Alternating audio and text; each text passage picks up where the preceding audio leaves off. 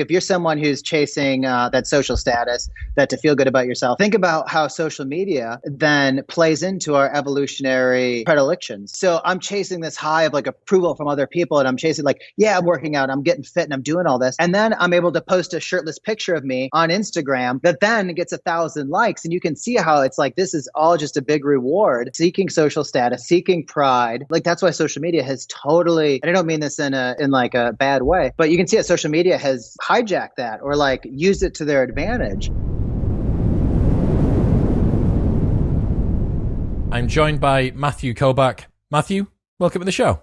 Thank you. Super excited to be here. Pleasure to have you on, man. That facial hair is absolutely crushing it. It's making me wistful for my old mustache, which is now gone. If people are listening to this, I do have a mustache. It's been 4 months since I've had to see anybody. So I decided in that 4 months to grow a mustache because really to see if I could. Like it's a challenge to myself, and it turns out I can. Every guy that I know who's had latent mustache desire for the last few years of their life has been like, yes, this is the opportunity I've been looking for. A global pandemic when I don't have to see anyone. Yeah. Let's grow some ridiculous facial hair. The pandemic has been bad for a lot of people, but great for mustaches. The stock price of mustaches. Anyone that was long mustaches in February time, what a return. They've seen heck of returns, that's for sure. For sure, man. So talk us through, give us a bit of background to you. What do you do? What do you do? Yeah. So if anyone happens to know who I am, it's solely because of Twitter. So over the past maybe 14, 15, 16 months, I've built up a bit of a persona on Twitter just by regularly tweeting, just by putting out stuff really every day. I make it a goal myself to do it once a day. Social media rewards consistency. So literally, however long ago it was, I made a pact with myself that I was going to take everything I knew about social media and apply it to my own personal profile and just see what happens. And it caught fire, to be honest. You know, it's a little bit of luck, a little bit of knowing what I'm doing. And over the past 16 months, it's gone from like 1,000 to, 65,000, whatever it might be. And it was because I work professionally in social media. So I've been doing this for over 10 years. And I know what kind of works. I at least know what works for brands. And I kind of decided, why don't I take that same concept, apply it to my own personal profile, and not do it in a way that's deceiving or that I'm not being true to what I think or who I am, but just like, let's write tweets in a way that I know works. Let's talk about things that I know people are interested in. And it took off. Here we are. Now I'm on your podcast because of it, to be Damn honest. right. Yeah, exactly. So I find it really interesting. I've got a number of buddies that work in the social media world, and there does seem to be two very distinct types, especially as you get higher up. There's one type that Steve Bartlett from a company, Social Chain in the UK, which my buddy works at, who exactly as you said, takes the principles, applies them to his own. Then there's his business partner, Don McGregor, also a good buddy of mine, past Modern Wisdom guest twice, who doesn't give a fuck about social media. He's like, that's work, this is home. I'm going to draw a line in the sand. So it's interesting to see what happens. So what were the principles? You said that you were consistent, targeted messages. What else did you do? So one key thing that I think a lot of people leave out is that they're not focused enough on social media. So, like we're all complicated, interesting people that have, I might like to go kayaking, and then I might like to think about philosophy, and then I might like to pet my dog, and you want to share all those things in your social media. The problem is when you're on social media, you're more like a TV channel. You're more like ESPN, where you've got to kind of stick to one programming if you want people to follow you. So you really have to narrow in what it is that you talk about. So even using you for an example, it's the same idea with your podcast. If all of a sudden you had a guest on tomorrow that wanted to talk about cricket, people are going to be like, well, why is this episode on Modern Wisdom? So really you just use that same concept and apply it to social media, and you apply it to your personal brand. And that's how you start getting a following and getting people interested in what you have to say and building a community. I mean, you absolutely have a community around your podcast, and social media works the same way. What were you talking about then? What have you been tweeting about for the last 18 months? Yeah. So a lot of it was about social media, just kind of, and about content in general, about the stuff that works and the stuff that doesn't work. social media was interesting because it came up, 2004, I guess is when Facebook started. And when it first kind of got big, when it was clear that brands were going to be using it, there was like a land grab by people that were just kind of throwing out like, do this to grow your following and do this to get engagement. And that kind of worked in social media 1.0. But now we're to a point where that stuff doesn't work anymore. Either the algorithms have changed or they have, there's new platforms that you just can't game the system that way. And so I just started tweeting matter-of-factly, which again works. So you be direct, be concise about stuff that works and stuff that doesn't work. And I think people found it somewhat refreshing.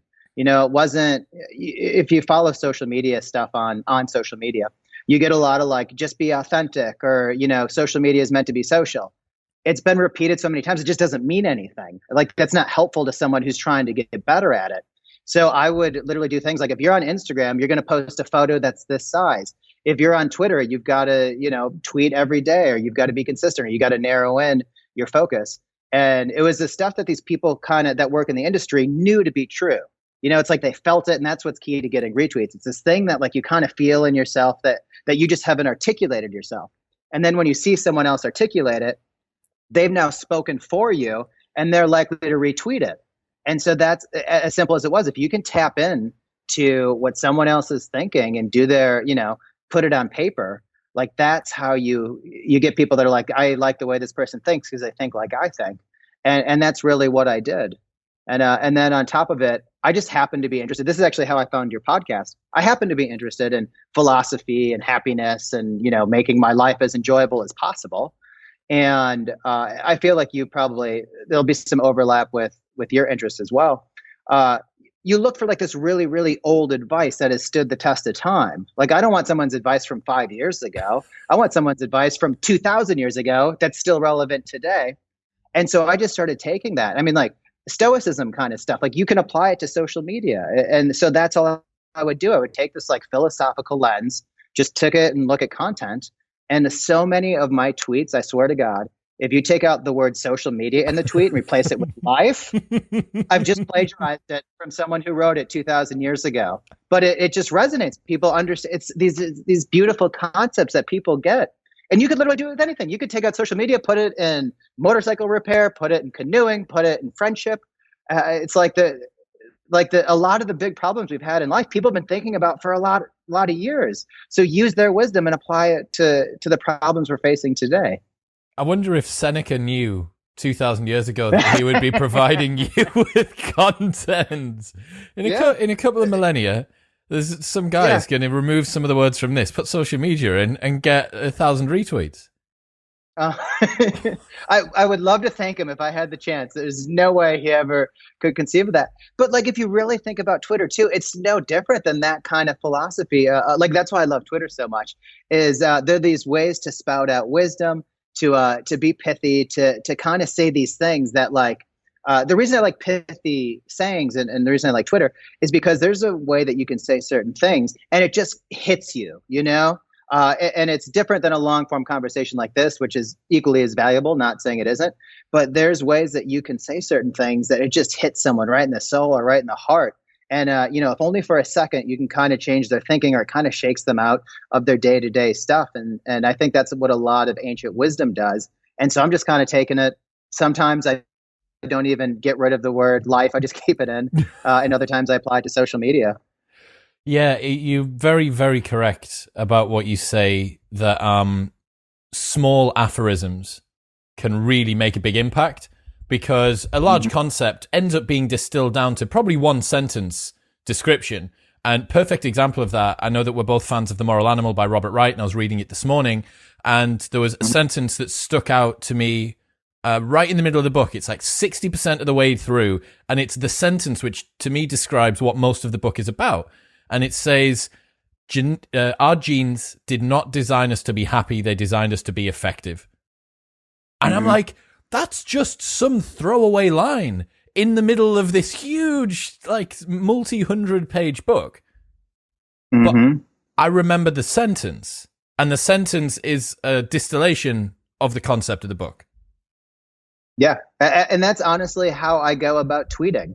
Is I read books like that. I read stuff just because that happens to be my hobby. It works out. And you get beautiful lines like that. Or you're just able to think about it and summarize it yourself. And that's what kind of goes through. Like you read lines like that and it hits you so hard that like, and I could go off on that for a while. Like I love evolutionary psychology. I'm a full, if you want to call it a cult, I'm in the evolutionary psychology cult.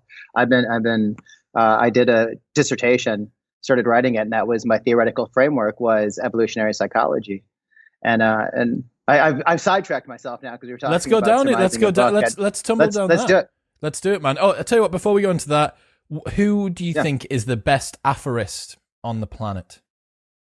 In your opinion? Man, probably Naval. Oh man, I know. It's too classic, and I don't want to give the obvious answer. But all right, how about this? I'll give one that maybe some people don't know. There is someone called Orange Book on Twitter. Okay. So it's Orange Book, I think, _. So one word, Orange Book _. Brilliant. Lot of that same stuff, but a lot about just how to live a better life, how to be happier, and just writes it in a way like what I think a lot of people miss about Twitter or don't understand about Twitter is you can have these ideas, but you also then have to get them on paper. You have to write them in a way that's easy to read. And this person is anonymous or pseudonymous. And so I don't know who he is or she is, but the way that they write, the way that they think is just super clear, super concise. And it's one of those people that adds so much value to your timeline if you're a regular Twitter user. I know. That's why Naval, as a guy who doesn't follow anyone and just tweets like single words sometimes or like couple of word sentences, has like nearly amassed like nearly 1 million followers now. And you're right. As much as I don't want it to be the obvious answer, it is for a reason. You know that there's a reason that Floyd Mayweather was the best boxer on the planet for a while. You don't want to say that he is the best defensive boxer of all time, but he was. And Naval's the Floyd Mayweather of aphorisms, man, with a little bit more humbleness. He is. And I would say a healthy more dose of humbleness if we're comparing him to Floyd Mayweather. But and even Naval aside, like you can see the reason someone like him is so popular, and people can mimic this, and it's certainly just a style of writing. But it's the fact that there's this sense that so much wisdom is packed into just such a tight, concise package that's what makes it so interesting and makes it so relatable and so easily to understand. It's almost like like a picture is worth 1,000 words. You can have tweets that are 10 words, but they feel like 1,000 words. And that's how he tweets. And that's how some of these people that are so popular, like they tweet the same way. And it's that same idea of the moral animal summarization you gave. In one sentence, you understand how we're designed. We're not designed to be happy. We're not even necessarily designed to reproduce. We're designed to reproduce specific genes. So you got a gene that doesn't care if it's doing something good or bad. It's just like, will this gene multiply next time? Like, will it be around? And like, that's all it really boils down to. And I'll go down this rabbit hole just for a second. That's why I love thinking about evolutionary psychology is once you know how we're programmed, you can think, how do we communicate? How do we relate to people? If I'm a brand, how do I sell stuff? How do I get people excited? How do I kind of make a cult following out of this brand that I'm representing? And or it's yourself. There's just so many things to understand about human nature that you can then look at and apply it to any part of your life. And I just happen to be in marketing, happen to be in social media, but you could use it in sales. You could use it in presentations. You could use it in podcasts. Like it applies to literally everything. That's why I think it's just such a beautiful theory to just have in the back of your head and have dancing around there at all times. Yeah. Relationships, family life, friendships, everything. I genuinely believe that evolutionary psychology is the ultimate red pill. It stops you from seeing Matrix and starts you seeing code, but it does it in a way that means that, I don't know whether you found this, when I started reading it, I started slowing down a lot. I became less effective in the real world because I was triple, quadruple checking everything that I'm like, oh, so why do you think that? What does it say about me that I'm asking myself, why did you say that? What does it say about me that I'm asking, what does it say about me? And you just end up this like constant regression all the way back. You know what I mean? Oh, absolutely. That's what one concept I've been kind of playing with, and I'm real bad at it. And it's super like down the rabbit hole kind of thing. But it's a sense of like identity. Like, who are you? What do you think? And if you can lose your own sense of identity, if you can just say like, I'm just another person in this big blue planet, whatever, it's easier to understand your own thinking. So like you going down, like, why did I say that? Well, he responded to this and I said that and that and that. And you realize like that's kind of how you're hardwired. But we have such an ego. You want to defend everything you said. You want to defend everything you think.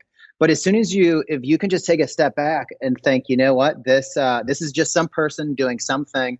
Let me try to disassociate with what that person did, even though it's yourself. And that's how you can better understand all the stuff and hopefully make better decisions. Now, it's next to impossible. It's really hard, and I'm not good at it by any means. I've got an ego. I take things personally all the time. But the best thing you can do, like if you're ever in an argument and you can just like take a step back and think like these are just two people who aren't communicating properly, you can then all of a sudden be a lot more logical and see the other person's point of view so much quicker than if you go, that person hurt my feelings and they did something wrong and now I'm mad and I'm upset about it. But again, we're animals that are designed to have emotional reactions. So it takes a lot of practice to do that. It takes a lot of practice to see like how we're programmed. It takes a lot of practice to see that like I'm reacting like this because at some point it benefited my ancestors to react like this. Yeah. And I've got to be a smarter person. We've got the frontal lobe capacity to realize that just because we're programmed this way doesn't mean we have to act this way. It means we're likely to act this way. It means that we want to act this way, but it doesn't mean that we have to act this way.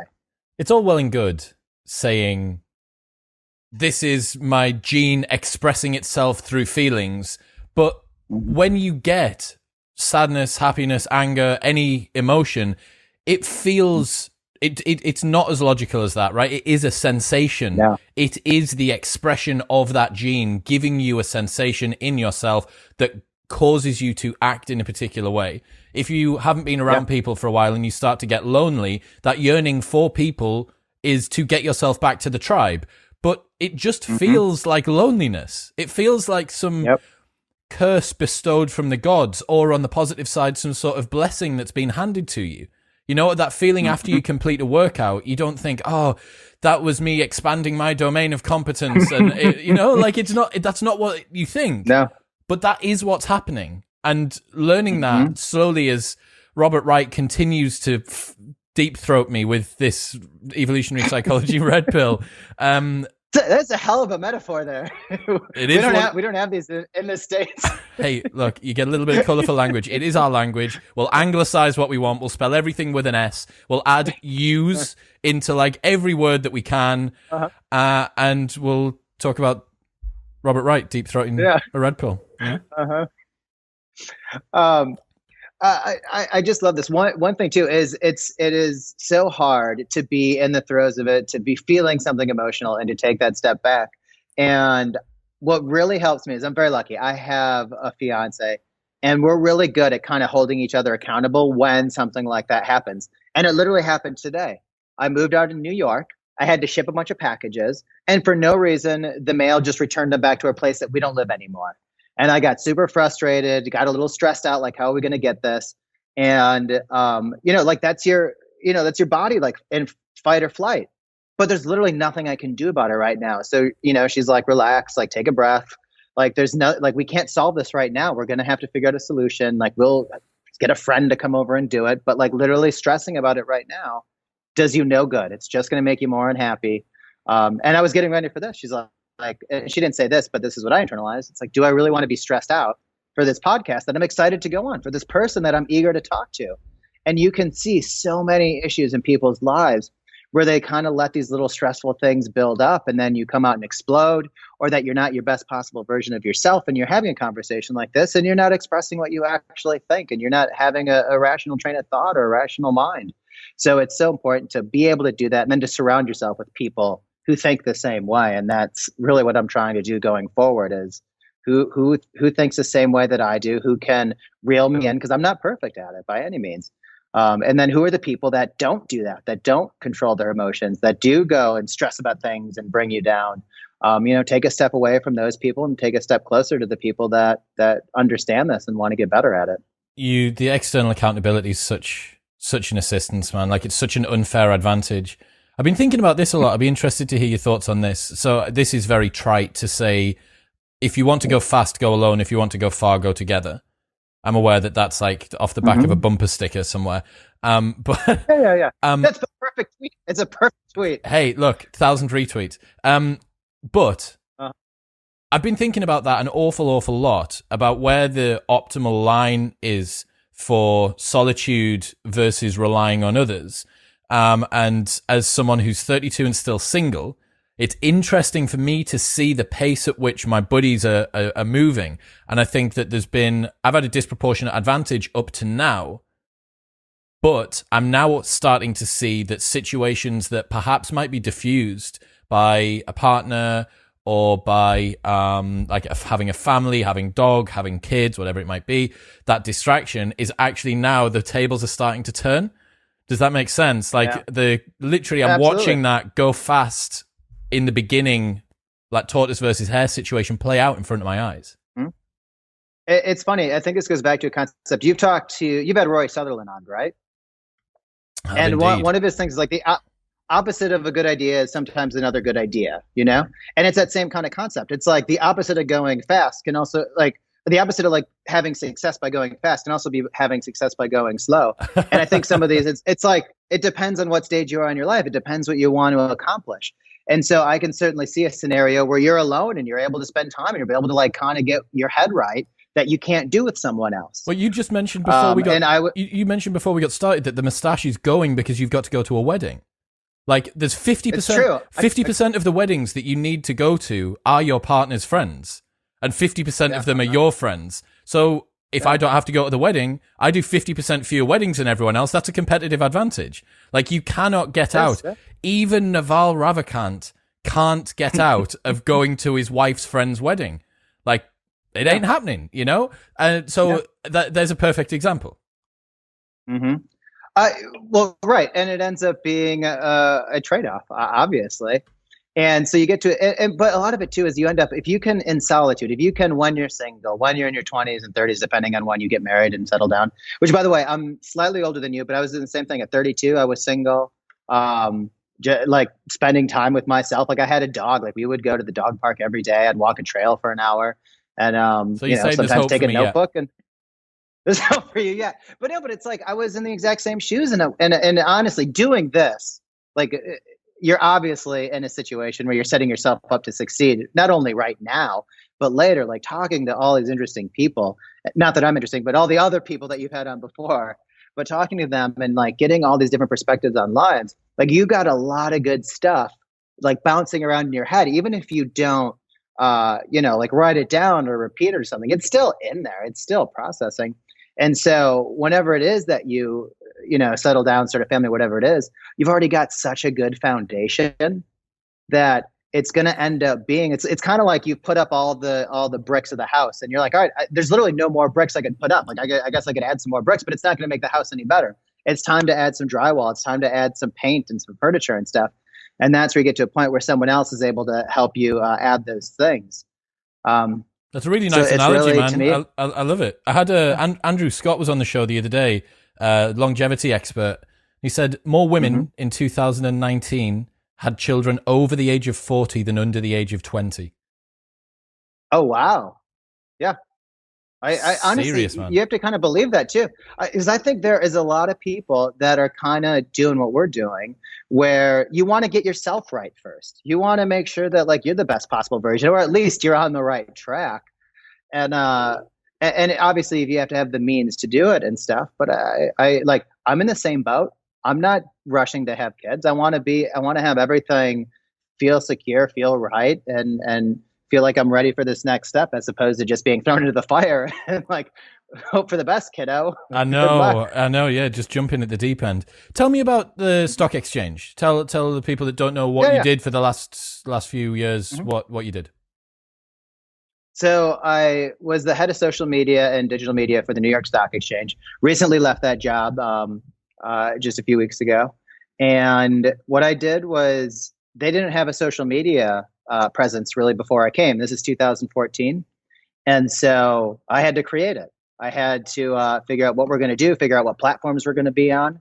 And it was so much fun. I was very lucky to be in a company, to have a boss that just was kind of like, all right, if you think it's a good idea, do it, which is unbelievably empowering for any job. Like this is outside of social media. If you have a boss that trusts you, but especially in social media where it's so public facing, like I mess up. CNBC reports on it. You know, like it's like that's a lot of stress, especially the first time. And I know every person who's ever done social media for a brand, it's kind of like that first tweet, that first post. It's like being on top of a cliff, and like you're looking over, yeah, oh for sure, and you're like looking over the edge, and you're like, all right, I got to jump, and you just kind of got to psych yourself up to do it. Obviously, you do it 1,000 times, it becomes second nature. But to know that like if you mess up, you're going to trend for the wrong reasons, and there's going to be reporters calling, especially for an institution like the New York Stock Exchange. Like you can imagine one wrong tweet, and like you could arguably move the markets with a wrong tweet, or with someone had ill intentions. Oh my God. Yeah. They've taken away all the past from me now that I'm gone. Thank God for that. Yeah. It's not me. But so anyway, so I did that, and what happened was no one really expected the New York Stock Exchange to be any good at social media. Which is good news for me, because that means the bar was set incredibly low, and that's the secret to life. To have expectations super low and then make it so you can't help but to exceed them. It's funny, I was actually thinking about this, and again, I'm going to go off on a tangent because that's apparently just what I do. But think about like so much of your life is comparison. So it's kind of like if you live in this really nice subdivision and everyone's got all these beautiful houses, and you got the crappiest house in that subdivision, you're going to kind of feel like you don't really have that good of a life. But if you live in a less nice subdivision, you have the same exact house, and it just happens to be the nicest house in that subdivision, you're going to feel like you're a king. And it's because you're comparing yourself to, what's around you. And that was the same idea for the New York Stock Exchange. You're kind of comparing ourselves to other financial institutions, which were unbelievably boring, unbelievably dry, unbelievably uninteresting. And so all it was like, what if we just kind of talk like we're a person? What if we put me on camera interviewing CEOs and real quick stuff, like, 60 seconds, where we're able to demystify CEOs a little bit? Because, with the Elon Musks and the Bezos and the Zuckerbergs, like they become mythical creatures almost, And so we wanted to do a little bit like CEOs are just regular people. And we did it super lo-fi. I've got my phone right here. It was literally like me grabbing a CEO, doing this, and just talking to him. Completely disarm the CEO. It felt super real. It didn't, like whatever you're watching a CEO talk, they're hitting their talking points. They're talking to investors. They're super polished. But this completely disarmed them. And we could have fun little stupid, questions that weren't about the stock price, that weren't about, the next quarter. So it was this really unique way to talk about financial markets, to talk about businesses, and to talk to CEOs. And we were just making it up as we went along, like Snapchat was invented or like gained popularity while I was there. And it was like, what are we going to do on Snapchat? We should be on it. And that's when it turned into, all right, I'll interview CEOs. Like and again, that's where it goes back to having a team that empowers you. I literally said, I'm like, are you all right if I'm on camera as the face of the New York Stock Exchange on social interviewing CEOs? And they were like, no, love it. Great. Do it. Like, we trust you. And so, and that's why, again, bar was set low, had a team that really empowered me. And then we got noticed by like media outlets and stuff. So people wanted to write stories. People wanted to say, like, wow, we didn't expect the New York Stock Exchange Pinterest page to be this good. Why is it this good? And it's like, I mean, yeah, I appreciate it. It's good, but it's because you expected nothing. So as long as I had, and like the bar was 1, I gave you a 3 out of 10, but good, 3 times expectations. So that's what I did for 5 years, 6 years, whatever it was. And then moved on. I had a cool new opportunity, and so I jumped into that. You must have had some awesome experiences during that time. Oh, for sure. If you go, I wish I would have taken more pictures. Like, that's my biggest regret. If you go to my Instagram, which is the same as my Twitter, you can see so many pictures of like so many cool celebrities and athletes and CEOs and stuff. It was like a pinch yourself moment every day. And I don't mean to say this, Greg. I mean to say this part because like I literally still can't believe it and still can't quite comprehend it. I remember I was interviewing Shaquille O'Neal for the second time. And I just remember thinking, like, nowhere in my life plan was the sentence ever going to be, I'm about to go interview Shaq again. And it was just so wild and so crazy. So like that's why like I'll have so many fond memories of that place. Like the amount of cool people I got to meet, like it was just through the roof. And again, that fact that I was able to use social media. You have someone super famous like Shaq come, he gets hounded. Everyone wants to talk with him. Everyone wants his picture. Everyone wants his autograph. But I legitimately had a business reason. So I can go up to their PR person and I go, hey, I know Shaq's here. And he's talking about how he just joined the board of Papa John's. I do social media for the New York Stock Exchange. I'd love to get 90 seconds with him so that he can promote the Papa John's thing. And they go, yeah, sure, great. So they push everyone away. I get to go in. Now, I've got like a whole crowd around me. Like, talk about like getting real good by doing something in public. You've got like this whole floor of traders and all these people watching. But again, it's just me, him, and a camera doing a quick little interview for 90 seconds because, you know, he's there to do press and I'm, you know, social media is kind of press. It's at least publicity, and was able to do stuff like that on a regular basis. It was just, you know, it's still surreal, to be honest.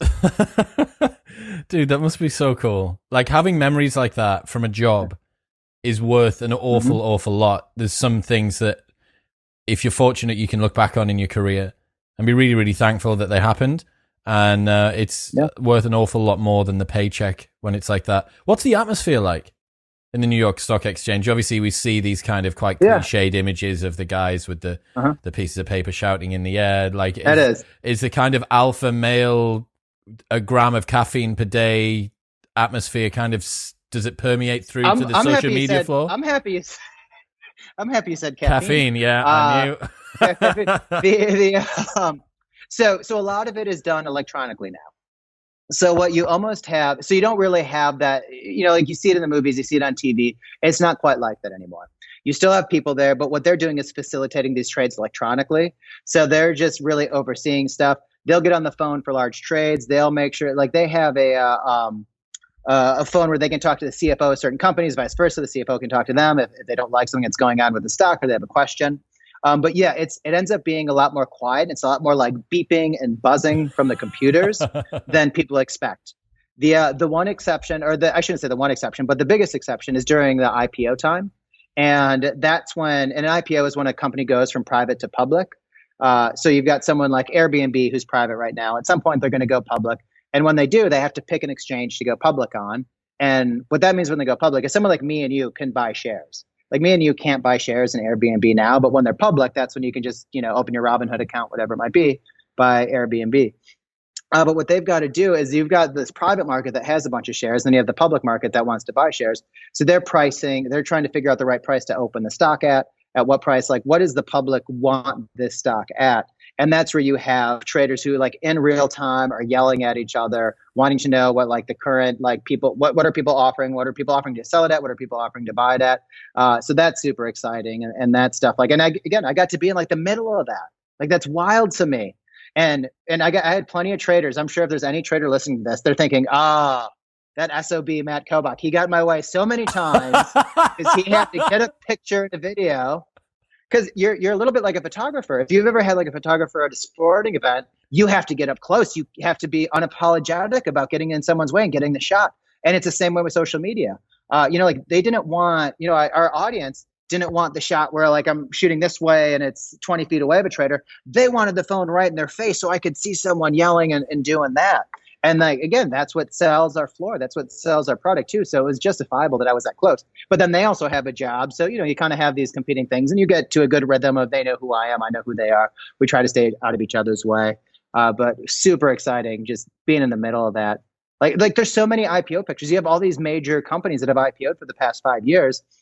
And you've got like Getty and the stock photos of it. And I'm sitting there. Like I'm just next to the CEO, just hanging out. Sadly, very embarrassingly, if you're on the podcast, you can't see this, but I'm just sitting there looking at my phone like this, like I don't care doing about work. anything. Yeah, exactly. Really, I swear I'm working, but it looks like I'm just scrolling Instagram or something. I just sat there texting. So what are you having for dinner, honey? I really don't want Italian again. The last time that we got that snap, you and Bezos. Yeah, and then you've got like traders in the background, like yeah. Speaking of Snap, we had Snap go public there. Which is awesome. You have Evan Spiegel and then his, I forget if it was wife or girlfriend at the time, but Miranda Kerr. They're there taking like Snapchat selfies with like the dog filter on their face. It's like this just super, again, surreal moment. That you're bizarre. Like, this is the dude who did Snapchat with his wife, putting on the dog filter with the tongue on the floor of the stock exchange. Like it was just, where I work. Yeah, I'm just at work. Why did I quit? What am I doing? I know, man. Have you checked out the r/Wall Street Bets Reddit subthread? No, Do I need to? Oh, dude. I don't spend Oh, nearly enough time at it. man. So these guys are the most outlandish traders on the internet. They made it to the front page of some huge financial magazine at the beginning of this year. There's been all sorts of ongoing crazy litigation to do with it. It's like 1 million plus people now, but basically it's people that are beyond reckless on Robinhood, like insane calls and puts, and with ridiculous time frames, like by the end of tomorrow. And there's people leveraging their entire net worth and more for internet points from people that they're never going to meet, and they get immortalized on this, like within this sub community. And there's some people that have made hundreds and hundreds of thousands of dollars in a couple of days, and then blown the entire amount and are now like 300 grand in debt. And it's just the most. There's the Dankest Trades of Wall Street Bets is a YouTube series. Which like summarizes each quarter's trades and goes back through it. Man, it's intense. You will beyond love it. I'm stressed out now. I don't know if I can handle it. I can't. I'm worried that these people don't know what the F they're doing. I think that's the point. Yeah. I know it's the point. It's like oh my God. I'll try. It can only look for so long. Yeah. Like I feel I think it brings. It's. Have you seen those? You've seen those videos of the guys that they'll climb up a crane tower that's sort of 500 feet in the air. That's precisely the same feeling that you have when you watch Wall Street Bets on Reddit. Oh my God! I just hope I hope they're not kids, but they are kids, and I hope they're responsible. I know. I need someone to be like, Matt. You need to stop thinking about this. You're stressing yourself out. Exactly. We were talking about being mindful and reverting to the present earlier on. I know. It's what's funny too is working at the stock exchange. So many people ask me like, "Give me stock tips, give me advice," and my advice is so unbelievably boring. It's like find a nice diversified ETF, just put your money in it every month, and don't touch it for 10 years. Like that's what you do. And but everyone wants to, what's the stock pick of this year? Yeah, exactly. No, dude, you're the guy that's been stood on the ground floor at the New York Stock Exchange for the last 6 years. And Morgan Housel is, as far as I'm concerned, one of the best sort of financial writers on the internet. And both of you have said the same thing. Just find something aggregated that's not going to tank and don't touch your money and hold on. And when it goes low, hold on harder and then keep holding on. And then maybe in a generation or two's time, you'll have some money. That's it. And it's so boring. It's so boring. What they want you to say is that at the beginning of February, you should have decided to go long on Tesla because now it's at 4x. Yeah. And like who would no one in their right mind would have even said that? Like that's the problem too, is like you want to do, someone wants like a stock tip, like what to do. And it's like, you're literally asking someone to predict the future and to predict emotion. Like it's really hard to argue some stocks. I won't name any by name, but they don't necessarily trade on fundamentals. They don't trade on stuff that anyone can see. They trade because people love the brand or love the company or just love the idea. And I don't know how to gauge that. I don't know how to predict that. I don't know how to say people love this stock and they're going to keep buying it. Like maybe not. I really don't know. But, it's not like, oh, I know this new chip manufacturer just cut their, they got a new plant in whatever country and it's going to cut their prices by half. Like that's the only reasonable type of information that you could use that would then be like, all right. And I don't think it's been priced into the stock price. So that's a good buy in my opinion. But like the past 4 months, it's just been like mostly emotion. It seems like at least the big names. So like, I don't know. Like, what was handling the social media like during the last 4 months? So it became, one, we don't actually talk about specific stocks that much. We don't talk about stock prices. The reason being is that like, so legally, our restrictions were you cannot talk about like what a stock's going to do or what you think it's going to do. We can't like give financial advice. We got to stay away from that stuff. So it was very black and white about like what we could and couldn't do. You could talk about what a stock is currently, like what it has done. Like, so it closed today at $70. That was fine. You can't say anything forward looking. That was a big no-no. But what happened was we were a little, like we had some fun, you know, like if there was a cool trend on social media that made sense for us, we would join it. You know, again, it was me on camera, like palling around with CEOs, like it was showing them in a different light. All of a sudden in, what was it, February, everything just starts tanking. So you're having like 1,000-point drops in the Dow. And the way the stock exchange is set up, if it drops quickly enough or by a certain percentage in a day, it literally freezes. So like you literally, no one can trade for 15 minutes. It's like, all right, guys, circuit breaker went on. What happens when that happens? Is there like a big red alarm bell that goes somewhere? Yeah, it's like all of a sudden nothing happens, but all of a sudden it goes. And it had, I don't know that it happened. Someone feel free to reply and tell me the actual answer, but it'd been like a decade or two, I think, since it had happened last. But all of a sudden everything on the floor just like pauses. So it's and it's a different color. You got red and green, and I forget what it was. Maybe it was like yellow or something. And it was like just like X's. And so none of the screens you could like trade. And it's an automatic thing. It's a computer program. So once once it hits I think it was 7%. Once it hits that, it's literally no one can do anything, and you just hang out for 15 minutes, and it's real surreal. You've got everyone on the floor just kind of waiting for 15 minutes. But for us, what we wanted to do is we knew it was going to happen. Like you can kind of before the market opens, you can see what the futures are trading at, and you can see that like the Dow is going to open up or down whatever percent. And so if you see that it's going to open down 6%, you know, like, oh, there's a chance that this could go further. So sitting there waiting. And for us, what we wanted to do is when this started happening, we wanted to be very real time. We wanted people to get their information from us. So if the stocks were paused trading, I was literally sitting there. I had the tweet ready because I knew it was going to happen. As soon as it did, I hit go. And the reason is we then became like the trusted source for that information. When people were doing stories about it, they saw our name. And so we got to get our brand out there significantly more than if we waited even a minute later. The other thing we did is now, I mean, people are losing money. You know, like this is people's 401ks. These are people's investments that maybe they're living off of, or at the very least now panicked that, you know, you bought something and now it's down 20%. So we got rid of all, you know, kind of cute stuff. We got rid of all fun stuff. And it just became very matter of fact. Here's where the market just opened at. Here's where the market just closed at. And let's talk to this person about what this means for, you know, their stock. So we really changed our tone overnight almost. And so we, you know, like we're talking about people's money. And if money's doing well, you can have some fun. You can be a little silly. But when people are losing money, you know, that's when you kind of tighten the tie and you look a little more professional and you don't have as much fun.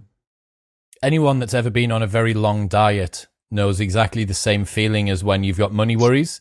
It's like everything sucks. Everything that happens in your life is like, this thing happened, but I'm hungry. And it's the same as that. It's like, this thing happened. My daughter just won at her football. That's great. But the stock market's just crashed. This thing happened, but the stock market's just crashed. So you're right. Like, anyone out there that is listening, that is getting social media advice, if you're the guy from the CDC who looks after their social media, or the lady who looks after British Rail Network or something like that, if everything goes down, don't do the TikTok dancing videos of everyone in the office. Let's save that for another day. Yeah. It's also a good lesson too. It's why we don't schedule anything. So a lot of social media managers will schedule stuff in advance. They got a calendar. It's, you know, it's evergreen kind of stuff. Like it works on a Tuesday as well as it works on a Saturday night. But especially on Twitter, you don't know what's going to happen. So you don't want to, like, I remember when Kobe Bryant died, all of a sudden, like all the TV stations are breaking to it. Is this news? We're still figuring out, like no one really knows the information who died. And then if you're a brand and you're tweeting like, LOL, ice cream Saturday, like you look completely tone deaf. You look like you're not paying attention. And, you know, you maybe just had something scheduled on a Saturday, but I will never schedule stuff for that reason, especially on Twitter, because you just risk looking tone deaf. Well, what and you could, with all the Black Lives Matter Blackout stuff, like Tuesday, precisely, thing. Yeah. Mm-hmm. Here's our new sale. Like, imagine if someone had done like a Black Friday's come this June or something like that, and it had actually happened on that Tuesday. Yeah. That could have been a very, very unfortunate situation. 100%. So it's just not worth the risk. I know the person who heads up comms and social media for John Deere, the tractor company, and every morning they literally take the temperature of what's going on in the world. And they're like, all right, what's going on? And they're a global company, so they're looking at different countries, they're looking at different cultures, and they're like, all right, our job is to make sure that we're not saying anything that could now be insensitive, that could now be misconstrued. I mean, you've even got it with COVID. Let's say you had this like ad campaign with a bunch of people hugging. You've got to scrap that. You can't have campaigns with people shaking hands or high-fiving. Like all this stuff changes so quickly that you've got to be really, really nimble to make sure that you're not, coming off insensitive.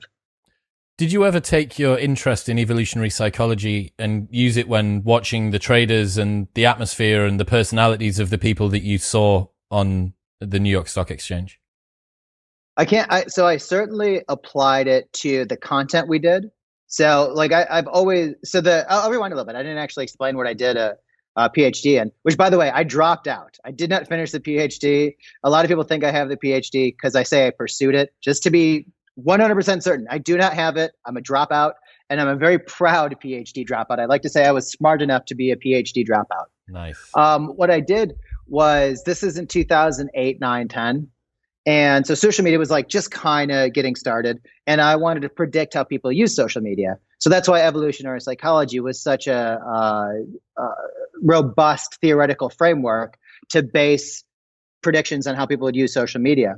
So that's when it became clear of like how to communicate on social media, how to do it if you're a brand, like what are the kinds of stuff that people want to do? Like they want to build communities, like we're tribal species. And so you want to like take into account like those things, like we're a species that needs to communicate clearly to understand each other. And so was really invested in there. And so that's what I used evolutionary psychology from. If I was a trader myself and I was doing that, I probably would try to think about it differently. But it was like my world never necessitated, interacting with them in that fashion. It was my job was to like show emotion, because I understand that emotion sells the New York Stock Exchange better than explaining what our market model was. And so that means, so for me, the evolutionary psychology aspect was, let me get in this trader's face while he's shouting, and I'm going to record a video. And that's what's going to resonate with our audience, as opposed to like me talking, having like an interview with someone where they're kind of explaining what they do. I'm sure there's a whole litany of things. Like if I, wanted to think about evolutionary psychology and why people are nuts about trading certain stocks and other stocks, like I'm sure there's a totally ripe for exploration, but I haven't spent much time thinking about it. How many of your predictions about social media came true? Well, so what I ended up doing is I was looking at interpersonal communication.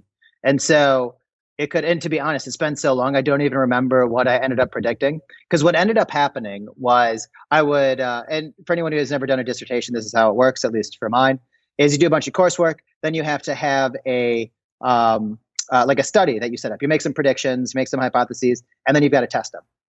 So I would write them based on where social media was at the current time.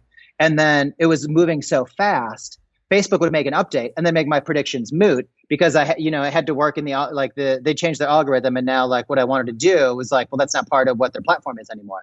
And so I got really frustrated with that, which is why I left. It was like a year of like writing and rewriting and rewriting. I'm like, I can't do this anymore. But a lot of the predictions I made were about attraction and about like how to engage with other people. And so, and again, I forget exactly what I said, but it was very clear that like online dating was going to take off. It was very clear of how to position your profile to be more attractive as opposed to less attractive. The difference is what to do in a profile if you're a male attracting a female, and if you're a female attracting a male. And so you kind of see all this stuff now, and all the online dating, all the Tinders and Bumbles and stuff of the world. So that was kind of where I was at. And then it was like, how do we then communicate with each other once we've decided, this is a person I want to talk to? So it really, the closest thing I can say to a prediction that came true was really that we're going to use social media in the same exact way that we, communicate offline. And the reason Tinder was so effective or so popular, the reason it totally zoomed off is one, they gamified it a little bit. They made it fun, interesting. But more importantly, it wasn't like a dating site. You know what you don't do if you're single and you go to a bar? You do not get to see what everyone's interests are. It's not like they're hovering over their head, like I like canoeing and I like going outdoors and I'm this old or whatever. You go to a bar and you go, that person, I'm kind of attracted to that person. And you go over and you strike up a conversation, and either it works or it doesn't work. And that's what Tinder was. The difference was, instead of saying like, I'm attracted to that person, I'm going to go walk up to them, you just swiped right. And then it mimicked what we do offline. And that's all social media does. It's like, if people complicate it, don't understand how we work without social media, and then or without technology, period, and then layer on technology and you'll know how we act. Like, it's really that simple. It's like the most attractive people in real life are going to get the most dates. The most attractive people on Tinder are going to get the most dates. Like, it's not some complicated formula here. And then if you're a guy, there's going to be certain things that you're going to have to add to your profile to be more attractive than if you're a woman. So it's super interesting to me. I think in another life, I would have been like an online dating consultant or coach or something. Dude, I could have seen you doing that. You see so many men, especially. You see so many men that it's like, this is your profile. No wonder you haven't met anyone. Like, why do you have that picture there? What are the biggest errors? What are the biggest mistakes that you think guys and girls make when setting up their profiles online? Yeah. So what the biggest mistake, one, is set yourself up first off, figure out what you're looking for. So if you want to look for a long-term relationship, and I'll just do it for guys, I don't want to speak for women, but what you're going to want to do is make yourself look like a long-term attractive mate. And to be a long-term attractive mate, there's several different factors. Like not everyone's high in everyone. You can't be good looking, and you can't be kind, and you can't be funny, and you can't be have a lot of resources. Yeah, you need a little bit of all of them. So what you've got to do is figure out which one of these traits that you have are most desirable, and highlight those traits. So again, this goes back to the evolutionary psychology thing. We're attracted to, one, people that are good looking. People always say beauty is in the eye of the beholder. It's not really. There's some cultural differences, but every culture likes good skin, good teeth, good hair. So there's certain things. So that's why you have like these Photoshop apps that are so popular, is because from an evolutionary standpoint, they make us look more attractive because they make us look more healthy. Because if you look more healthy, you're going to have a higher chance of reproducing with that person who's healthy. And so you're going to want to make highlight your attractiveness as much as possible. And again, it's why if you're a guy, you really, like, the best thing you can do to be attractive is to lift weights. Like, just get fit. Like that is more than half of being attractive as a guy. And again, it goes back to fitness. It goes back to evolutionary psychology. So do that. So if you haven't lifted weights, lift weights. Get a picture where your teeth and hair and skin look good. But then also, that's not, it's not just that. So you can't just be good looking if you want to be a long-term mate. You've also got to really suggest that you're going to be invested in the long term, in the long run. And you've also got to show that you're going to be able to access resources, get resources, provide resources. So showing things like you're kind, showing things that maybe you have like a bond with your family, that you love your mother, kind of stuff, and that you would raise a kid who also loves their mother. And again, I'm not saying to be deceiving about this stuff. I'm saying it's marketing. Highlight your best possible qualities, and you want to be trustworthy, and being things like funny and intelligent are important, because those are ways to get resources. People who are clever, who work hard, who have ambition, who are smart, tend to have more resources. So again, if you can crack a joke right away, you can say something clever, funny, or that it's the same reason why you would put Harvard on your Tinder profile. It suggests that you're someone of means that's going to have more means. So you really want to do everything to highlight your attractiveness, highlight your commitment to being a long-term partner, and your ability to gather resources. And this isn't to say that women need resources or need someone to do it. But again, I think we're all kind of programmed. We've all got this in our DNA that we're still attracted to those kind of people, even if we don't need it. It's very difficult, I think, for the vast majority of women to deprogram the attraction to a man who has the ability to gather resources. Like, it is there are ladies out there who are the breadwinners in the family. That's awesome. But the likelihood is if you are richer or better educated than the man that you are married to, the man is richer or more educated than you are, and or has some other social notoriety, incredibly talented, very muscular, very good looking, whatever it is, because that's the way that life has worked. You are battling against some deep seated genetics if you are able to work around that. I had Rob Henderson on the show a couple of months ago, and he was a beast. Anyone that's interested in this sort of evolution and dating and how it rolls forward should go back and check that episode out. But he taught me about the sexy sun hypothesis. Do you know about this? Oh, it is. Yes, it's that. Well, let's see how much I get right. I'm going to butcher it. Yeah, cool. But it's essentially that women are attracted to men who they think would give them good-looking sons, because then they would be more likely to reproduce as well. Yeah, precisely, man. You nailed it. Yeah.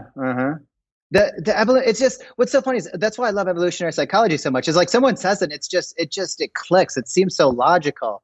And if someone comes up with a better theory, believe me, I'll be the first to get rid of it. But like, it's just, everything just kind of stacks up so perfectly.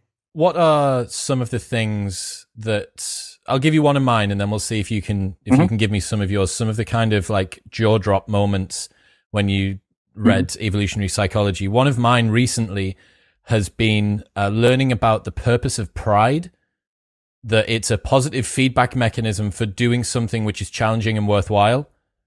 And that the sensation of pride is something that we intrinsically seek for ourselves as anyone who is an entrepreneur who goes and decides to train or do anything that makes you feel uncomfortable.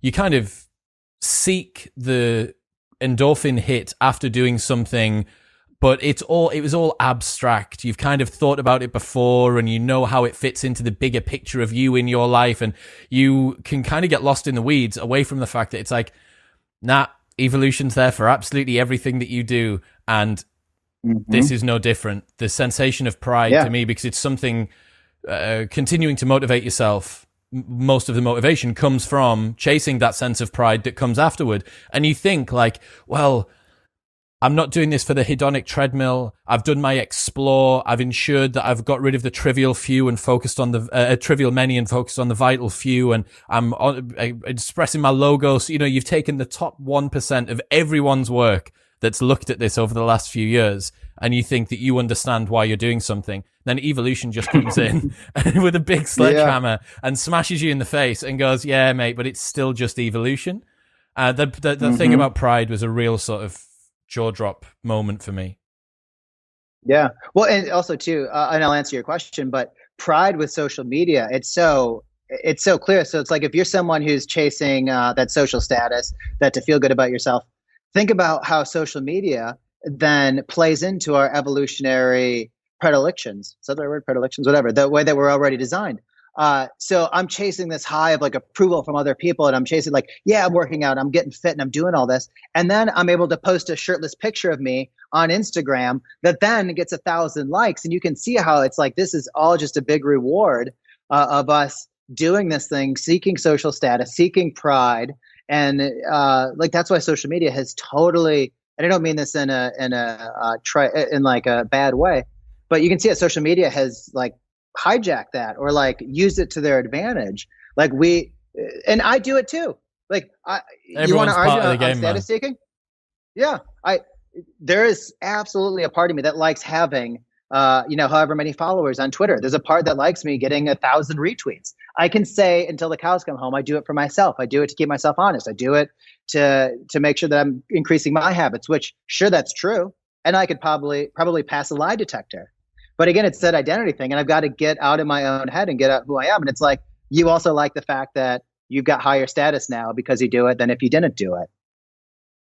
It's always to answer your question, though. To answer your question, the one, and we talked about it already, it's this gene thing. It's that we're not even in control of the ship. We're not the skipper. We are cargo. Like this, what your brain, all of it. If you've got a gene that wants to get passed on, it is going to do whatever it takes to get passed on. Because we think, oh, evolution, I get it. Like, so I want to reproduce. I want to make another version of me. And you're like, no. It's deeper than that. It's like, you've got this one little weird gene that wants to make another version of itself. And depending on how strong that gene is compared to another gene, like that's the stuff that's really wild to wrap your head around. And that's what makes you feel like I'm not in control here. It's like you go on a ship and there's like a little, like a steering wheel for the kids to do. Like, that's what life feels like. It's like, oh, I'm totally, yeah. I'm like, or when I was a kid, I have a little sister and she'd want to play video games with me and I didn't want her to play. So I'd give her a controller and tell her she was playing. Like, that's what we are. There's no batteries in that controller. There's just batteries in the one that I've got. And you think you're controlling it and you're just as happy knowing it, but you're not controlling anything. Have you read Buddhism is True by Robert Wright? Why Buddhism is True? Dude, you would adore it. So imagine the moral animal and then adapt the evolutionary psychology to why meditation works and why Eastern philosophy has some truths to it. Highly recommended to anyone who's listening if you fancy getting into this. The Audible version also is quite easy listening. I probably wouldn't have wanted to Audible The Moral Animal. I don't think I would have enjoyed it as much. I liked rereading those mic drop moments, but for Why Buddhism is True, that's good. Have you had a look at much to do with self-deception? Not really. So, where are you going? Just got something on your mind? yeah, man, that mustache. No, I've just been blown away with how convincing liars we are, even to ourselves. Like I mean this in the most pernicious, like, source code level of a way. And this is one that really, really shocked me. So couples that have been together for a significant period of time, living together, let's say maybe sort of 6, 7, 8 years, who still haven't had kids, will tend to break up. And there's some moderately robust stats that show this. That's presuming that they want to have kids. Now, when you think, why does this happen? You know, everyone that's listening will have had some friends, perhaps you were one of them, that was in a relationship for a real long time, you know, got together at university, now we're sort of 29 and we've just grown apart. I don't really feel the same about them anymore. Our interests don't really align and this, that, and the other. And you think, not only is that perhaps what you told the other person, but it's genuinely what you felt, or maybe you felt some version, some analog of that. So you were convinced. You yourself were convinced. You could pass a lie detector. That was the reason that you did it. That's what you told them. That's what you told you. That's what your brain told you. However, there is some pretty good evidence which shows that if you've been together for a very, very long time, let's look back to our ancestral environment. If you and another person have been together for quite a while and there's still not been any kids, there's something wrong with one of you. That means it's beneficial for both of you to go and be with someone else. That problem might be you, but that problem might be them. And by leaving and going to see if the other person also has this problem, or perhaps if you've taken it along with them, this is again presuming that most people were trying to have children. The difference now is that people elect not to have children. But the genes don't know and don't care about that. The genes don't care about the fact that you're on the pill and have been, and you just want to wait until you're 31 and then you're going to start to become a baby making mum. Like they don't care about that. So it would make sense for your genes to say, something's up here. That person and you aren't a compatible match because as of yet, there's been no children. But it wouldn't say to you, that's not the best, most effective way. What would happen is that you would become more easily irritated about the things that they did. The fact that they chew with their mouth open perhaps isn't cute like they used to anymore. The fact that they make little snoring noises in the night isn't as endearing. Maybe they're just not as attracted anymore. All of these different sort of the parameters and the dials and the knobs that your genes can twist to change things. And then it tells you, oh, well, you know, we're just kind of growing apart and we're doing this, that, and the other. And then that's how it deploys. So not only are you convinced of that, but your genes have made you lie to yourself about what's going on. And like upon reading that and then 100 other examples of how you don't really know your own motivations at its deepest level, you realize cargo in the ship is exactly that. The child that's just got the toy wheel and thinks that they know what's going on.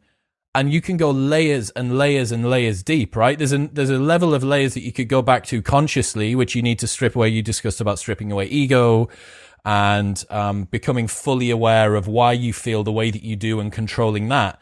But then there's like another glass ceiling to kind of try and get through. And up there, that's where the real fat controller is. And he's up there with your genetics, twisting the knobs and moving the dials. Blows my mind, man. Absolutely. And it's why it's so easy to see someone else's motives and then they tell you their motives and it's completely different than what you observed as an outsider, but you know for a fact that they could pass a lie detector. It's like, I know you believe this lie because it's beneficial for you to believe this lie. And to you, it's not a lie, it's the truth. It goes back to this idea too, that like, we're all just, again, cargo, but imagine being cargo that then when we arrive at our destination, we have to justify how we got there, why we got there. So you get there and you're like, so you ended up in Brazil. And you're like, yeah, that's where I wanted to go the entire time. I was always going to Brazil. I love Brazil. Rio is beautiful this time of year and I love beaches. And you're like, and again, it's you have to believe it. So yeah, and again, it goes back to that genes thing. We got our genes doing things that we are then have to explain away. And again, it's why it goes back to this ego thing. And it's so unbelievably hard. It's like, I barely understand it, that like it's a thing, let alone can like do anything about it. But, and it's so hard to see in yourself. It's next to impossible. But it's just like, again, we're evolutionarily designed to decept ourselves. It's a saying something like this, like the way to tell a lie is to believe it. And so, and if you know it's a lie, you're not going to believe it. But if you honestly don't know it's a lie, then you're going to be just fine saying that, no, we grew apart. That's why we got divorced. That's what's going on. Well, I mean, one of the things that came up, I think it's Moral Animal or Why Buddhism is True. This just sounds like Robert Wright somewhere is going to be sat at home with his fucking ears burning because me and you were just like mouthing off about him for this entire podcast.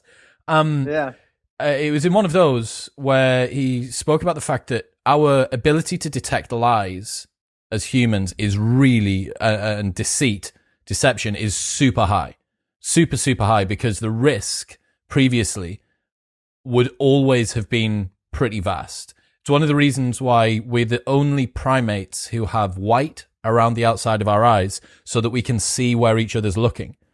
If you had dark eyes, it would be more difficult to see where you're looking, but you've got white around the eyes, which means you can see. Eye contact tends to be an indicator of truthfulness. And he was saying in that everybody else's ability to pick up on our deception means that we need to become incredibly good liars. And as you said, the best way to tell a convincing lie is to believe it yourself and to not even know that it's a lie. Like the fact that is as far as one of the theories in Why Buddhism is True is concerned, is the reason that we have consciousness. So the reason that we have consciousness and central governor, the ability to have that like executive function, is to be the narrative that plays the interim between what our genes want and what our actions are. Like, holy fuck, man. Like, that's the sort of thing that makes the hairs on the back of your neck stand up. Like, the fact that I'm able to step into my own programming, or that I think that I can step into my own programming, is the kid at the wheel again. Maybe the kid at the wheel analogy is that that daughter can move the ship by like 3% in either direction. She has a minor amount of control, or maybe, no, less than that. She can change the temperature of the climate control and the station that the radio's on. She can make some superficial changes which do manifest and make her feel like she's in control. But yet, the big shit that's going on, that's daddy. Daddy's sat up top and mum's got the map out. Like, that's what's happening. And then the daughter's downstairs and she's put the air conditioning on and the radio's too loud. She gets to pick whatever station she wants to listen to. That's what we are. We're on a road trip, and we have no say in how fast we go, where we go, when we get there. But we can listen to 90s grunge if we want to. That's what we get. Especially as well as you're on this kind of wisdom seeking journey, which I have to say I really love. Like the last sort of 5 years, this pivot. Say what you want about him, but people like Sam Harris, Jordan Peterson, Ben Shapiro, Brett Weinstein, Eric Weinstein, Joe Rogan, the fact that you have smart minds teaching you how to step into your own programming, or at least alerting you to the fact that it's possible to do that, is something that I don't think we've had, at least not en masse, ever before. You know, you can read Seneca or Marcus Aurelius's Meditations, but you basically need to read those with a companion book, which is the person that tells you how it works, right? And that's what some of the best content creators and podcasters and video and writers from the last few years have done. They've synthesized stuff that's quite abstract, quite difficult to work out what's going on, and given it to people. And this kind of wisdom sphere, whatever you want to call it, I love. I think it's amazing. People like Naval, who are obviously like the synthesis, like they're the pharmaceutical weapons grade plutonium version of like this wisdom sphere. The fact that you have that at your fingertips is amazing. And what is scary to realize is that that's kind of pushing the limit of trying to break social norms as best you can, to be in design of your own life, to be in control of the direction that you take.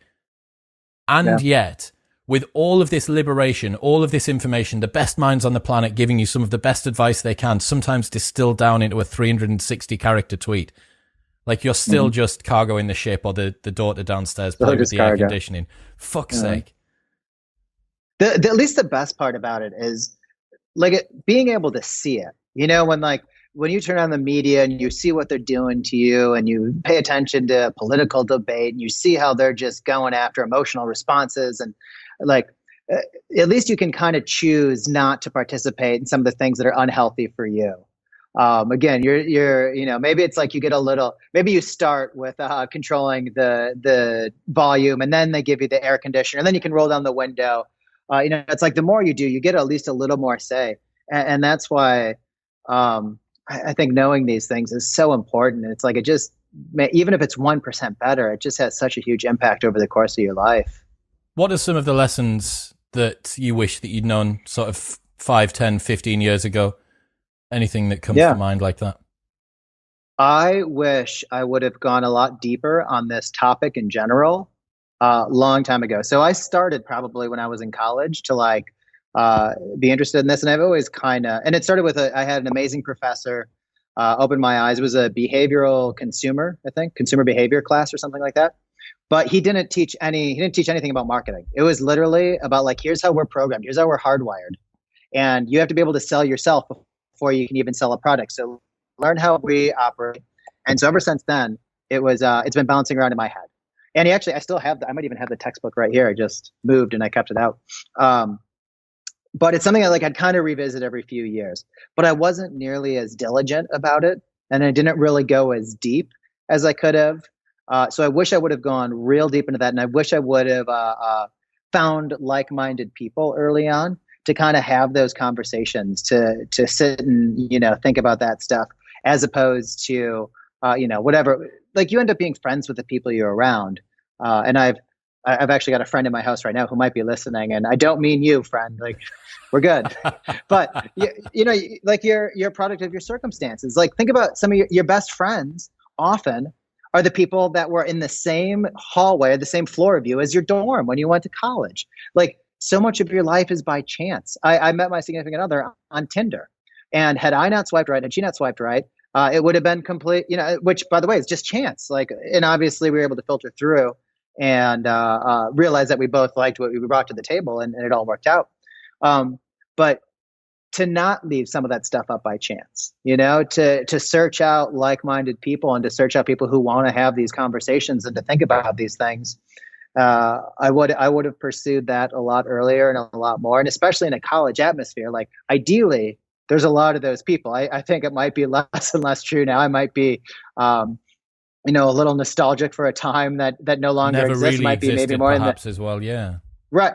Right. We might be looking back at the 60s when we're like, yeah, there were revolutions and yeah, maybe they were smoking a bunch of pot, but they were having these philosophical conversations. And maybe when we go back there, it's really just, nah, they were just partying the whole time and dancing to music, and it's no different.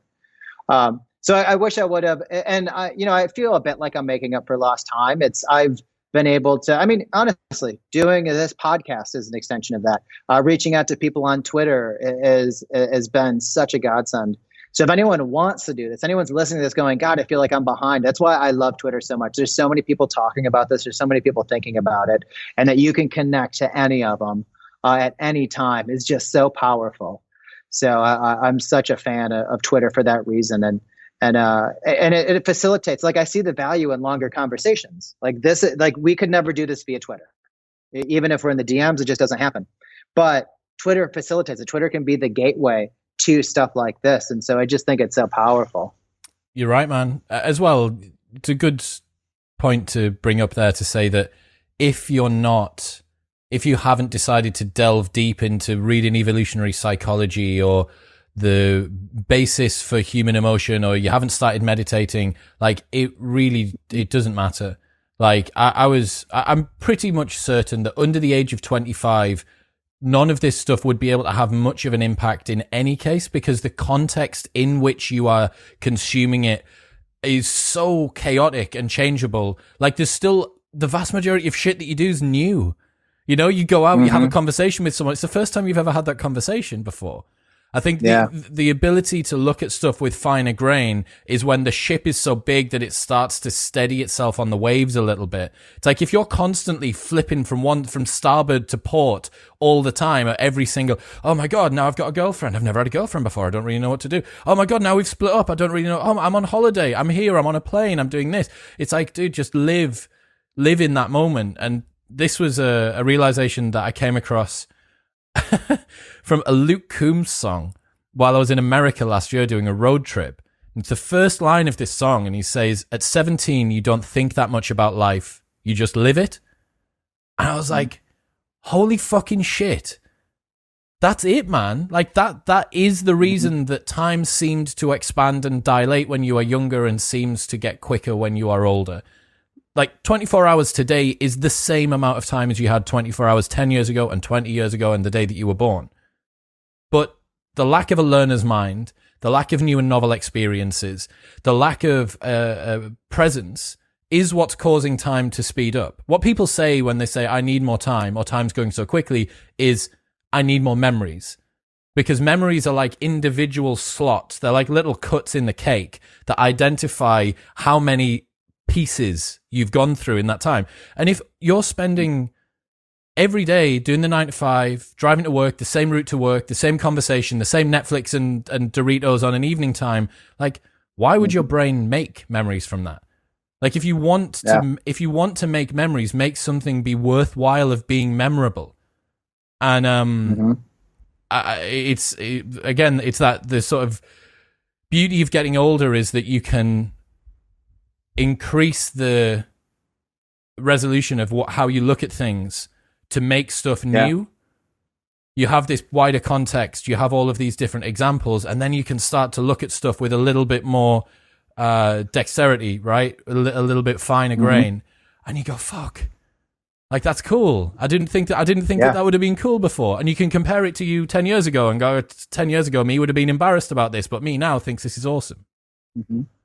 To your point too about making memories and stuff, fully in and like totally in, you get stuck in a routine and you just realize, like, did I just waste a year after work? And, woke up, drove, went to work, came back home, turned on Netflix, had dinner, and went to bed. So what we're doing is, I'm in a place in Atlanta right now. We've rented it out. We're just going to drive across the country for 5-6 months and just stay in different cities, few weeks at a time, where you're so taken out of your routine that you can't help but make memories. You can't help but build memories.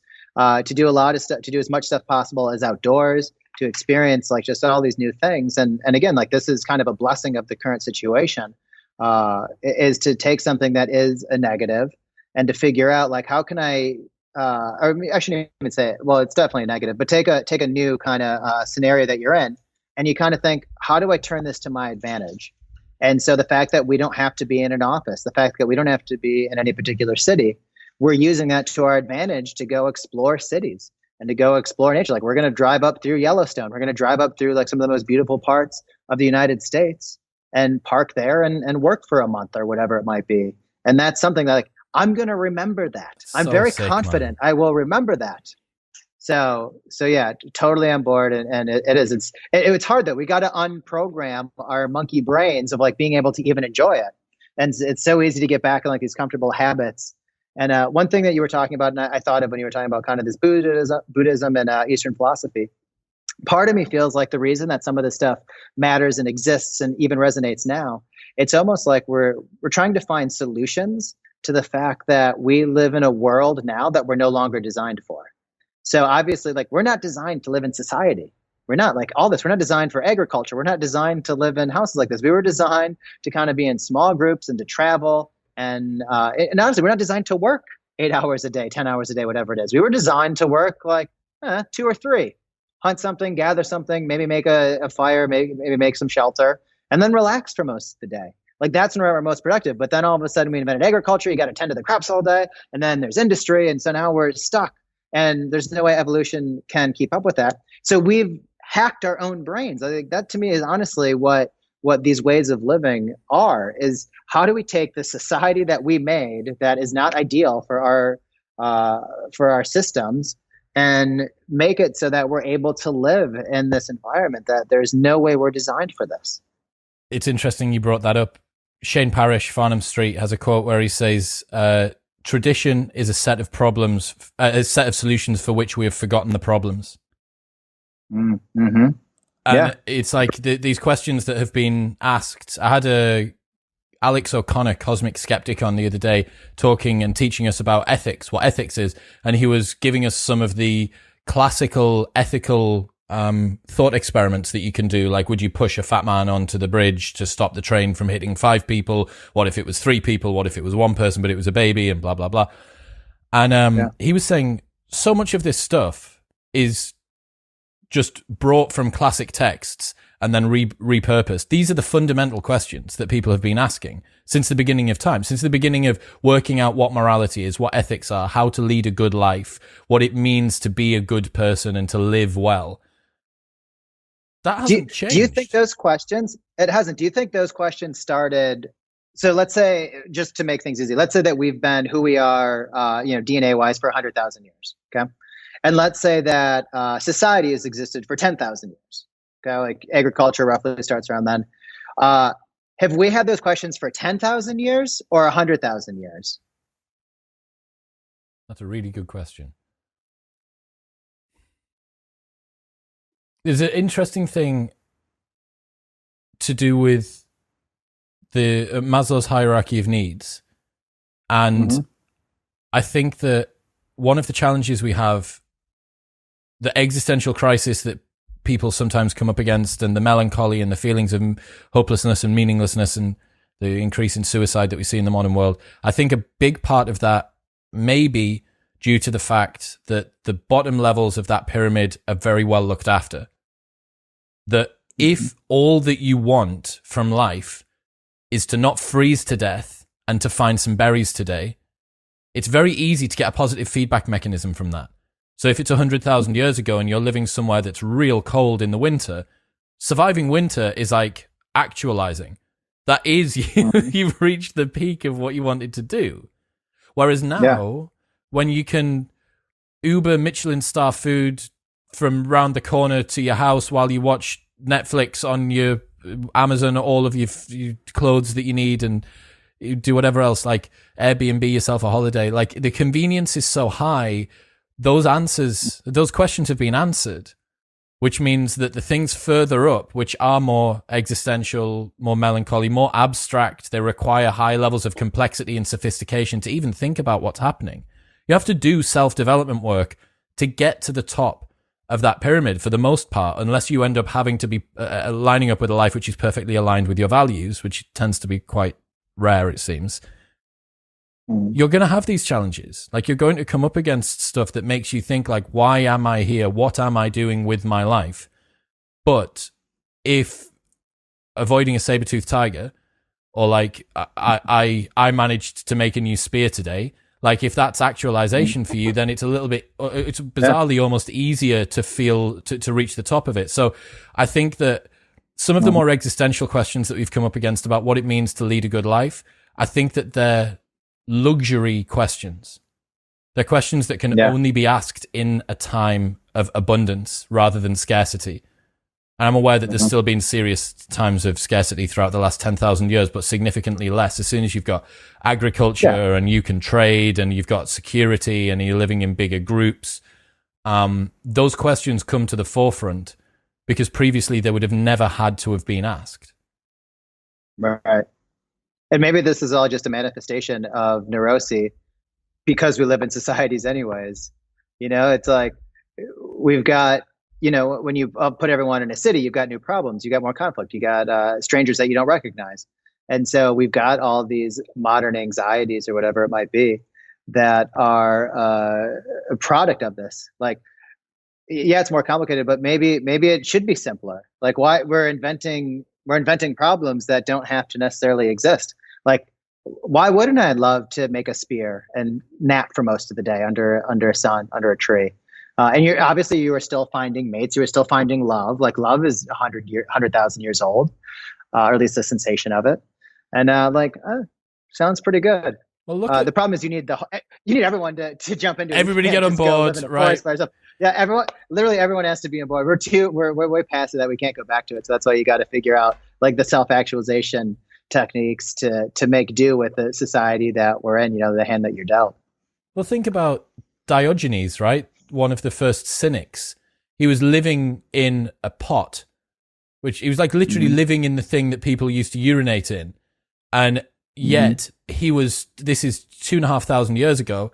And he was talking about casting off possessions, that living simply is the key to a happy life. There's this story where Alexander the Great went to go meet him and said, Diogenes, if I should not be Alexander, I would wish to be you. And he basically replied and said, yes, I'm not surprised. He said, is there anything, I command half of the world, is there anything that you would want? And he replied and said, yes, for you to get out of my son. And you think like when you have someone back then, there's the level of abundance present in ancient Athens was nowhere near as much as we have now. And yet you still have philosophers and people who are talking about casting off possessions, casting off desires, stripping themselves back, the ascetic lifestyle. And look at what we're seeing now in the modern era, the minimalist movement.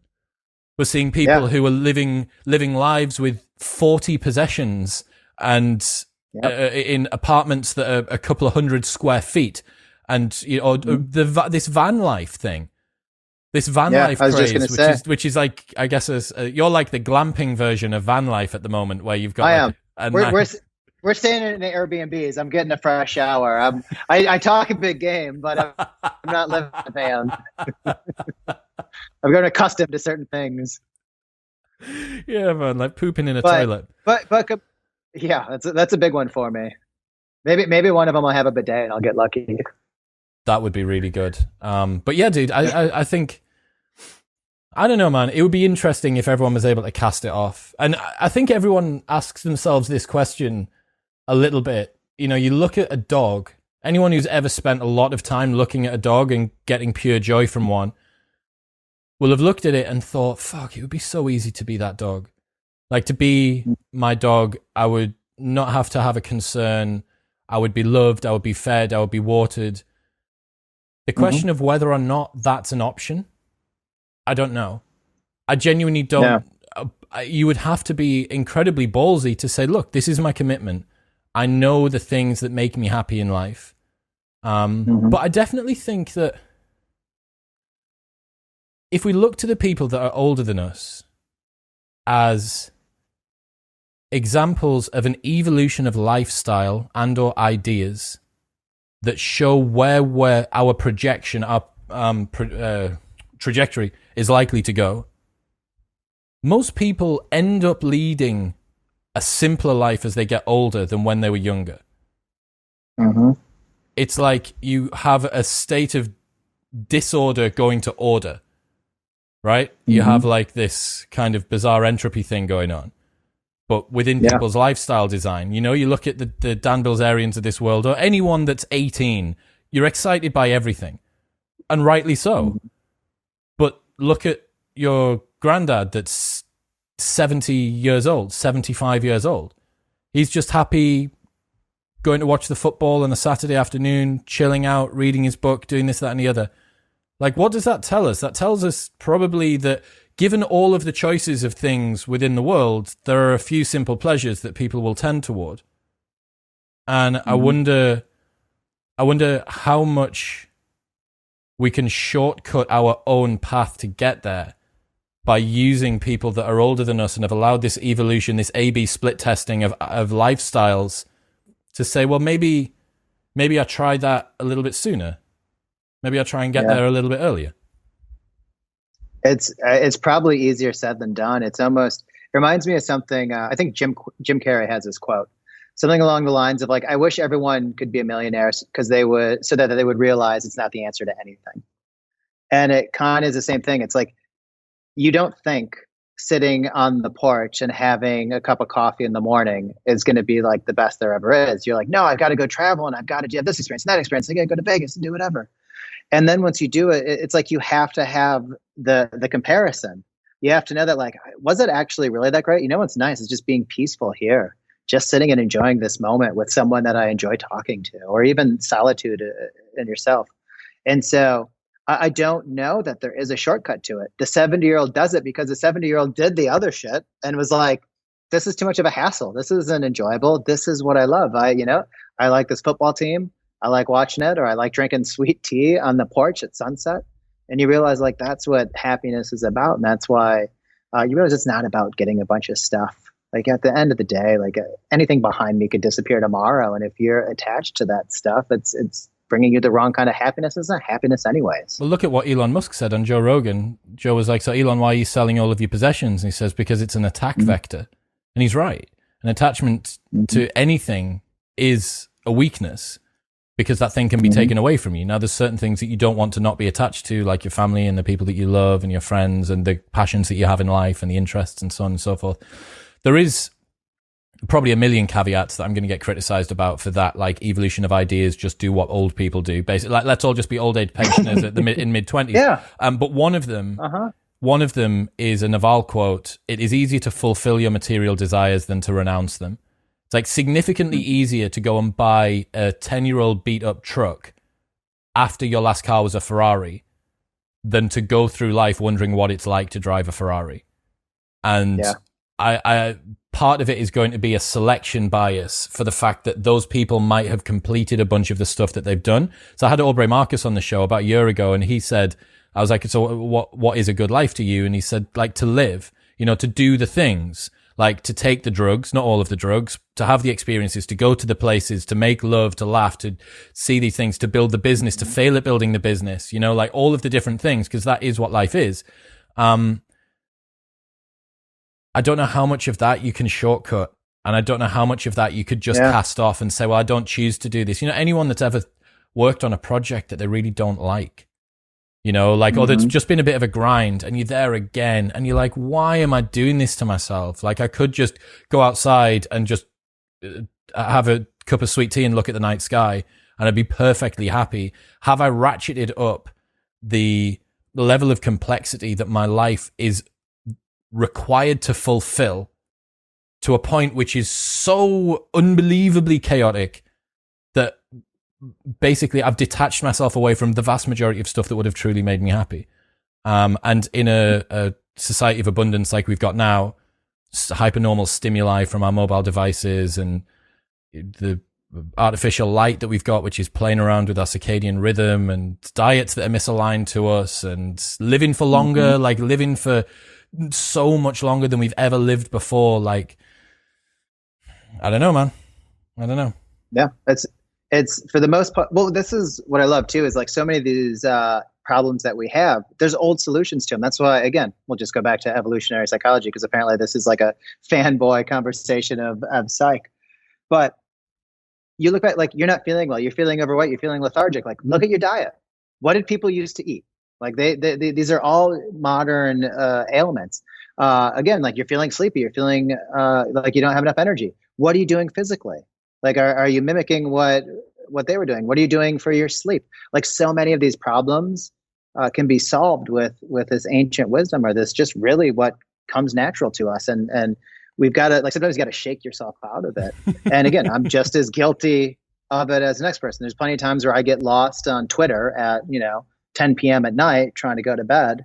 I justify it because I say it's for my job, but still, it's there's all these like the secret to me, or like if anyone asks like what's the secret to life, it's think back about 15,000 years ago how people would have lived, and just try to mimic that as much as possible. And it's easier said than done, and we live in a different society where you need money, you need resources, you need these things to survive and get by. But just kind of know where your like what your end objective is into getting this stuff, and maybe, and to your point about the Ferrari, some people just need to get the Ferrari just to know that, like, all right, I did it, and I'm, like, I don't have that yearning anymore, and I scratched that itch, and I don't need another Ferrari. And, it brought me a moment of happiness, or even a year of happiness. But after a while, it's just your car, it's just something that sits in your garage. I love it, man. I think that's a good point to end there. Dude, I really enjoyed this. So people want to check out your stuff. Where should they go? Super easy. Go on Instagram, go on Twitter, MKOBACH. That's M Kobach. Follow along. I've got a new job that I'm super excited about. Can we say what it is yet? Or are we yeah, certainly. No. It's a tech startup. It's called Fast. And the reason I joined is, one, I wanted to get into the startup life. It's kind of the same idea. It's like you want to, you want to try new things. Like, I had this itch. It's the same kind of Ferrari thing. Like, I wanted to join a startup and help build something. And if it succeeds, I'm unbelievably happy. And if it fails, I still get to say, hey, I tried to do this new thing. I got to be part of Fast? What do they do? So their goal is to make everything that you hate filling out on the internet only one click. So anytime you want to buy something, you don't have to fill out your credit card, your email, your name, all that stuff. It already knows who you are, and you just click buy it.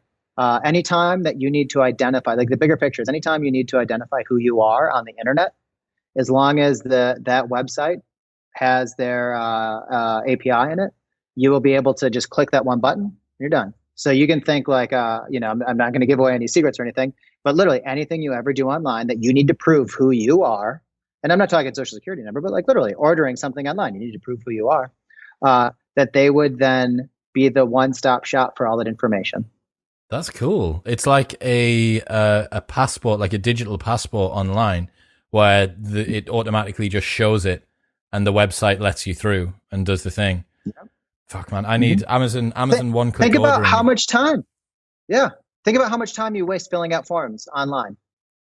Think about how many times you would have bought something online, and you're like, I don't feel like filling this out. Never mind. I can't check out as a guest. I'm not doing that on that website because it's too much of an arse-on for me to enter my emails and sign up to their newsletter. Yep. And imagine, and you can see, like, you can imagine it for newsletters. You can imagine it literally, and it's not just payments, but it's anything you need to log into. You would do so many different things if all you had to do was click and you're in.